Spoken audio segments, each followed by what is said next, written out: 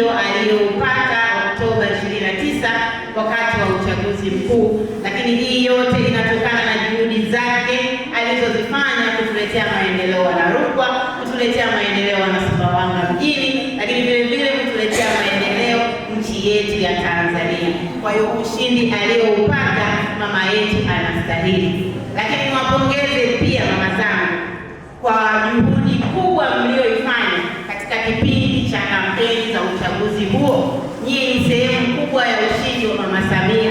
Mmefanya kazi kubwa na sisi tunaitambua, na hata jimbo la Sumbawanga mjini hatujalipoteza. Kata za madiwani wa Chama cha Mapinduzi Sumbawanga mjini hatujazipoteza.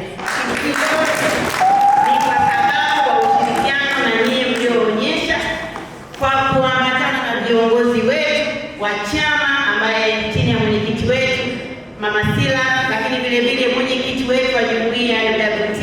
Tumekuwa wote kwa pamoja kipindi hicho.